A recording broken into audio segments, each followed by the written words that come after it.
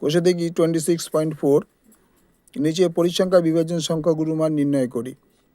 4554 পরিসংখ্যা 8, 5564 পরিসংখ্যা 13, 6574 পরিসংখ্যা 19, 7584 পরিসংখ্যা 32, 8994 পরিসংখ্যা 12, 951004 6 পরিসংখ্যা। তাহলে এটা কিন্তু আমাদের একটি শ্রেণী সীমানা করে সাজাতে হবে। সুতরাং সংখ্যাগুরু সম্বলিত শ্রেণী সম্বলিত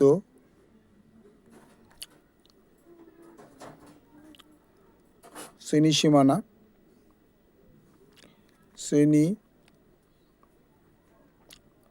সীমানা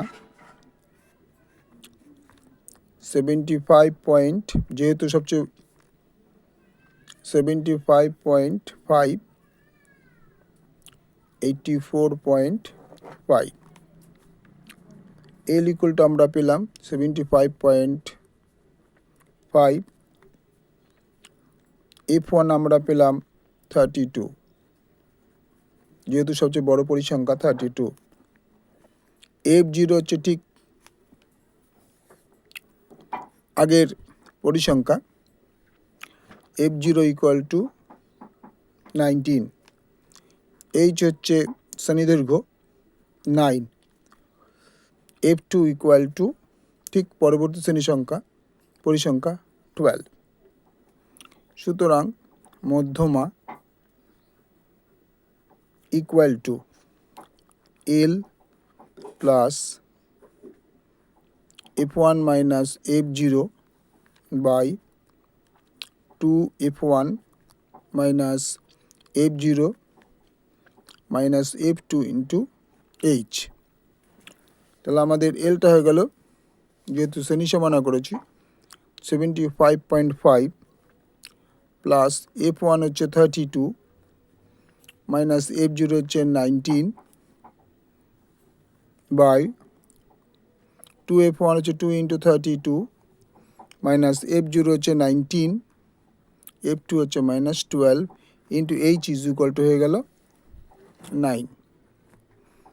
তাহলে 75.5 প্লাস এ দুটো যদি সাবস্ট্রাক্ট করি তার মধ্যে আমাদের হলো 13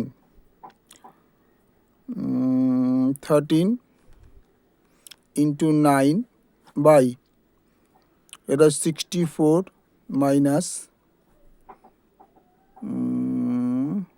11 1 তোমার 1 3 31। তাহলে 75.5 plus 117 by 64 minus 31, 75.5 plus 117 by 333। এটা যদি আমরা ডিভাইড করি আর দেখি না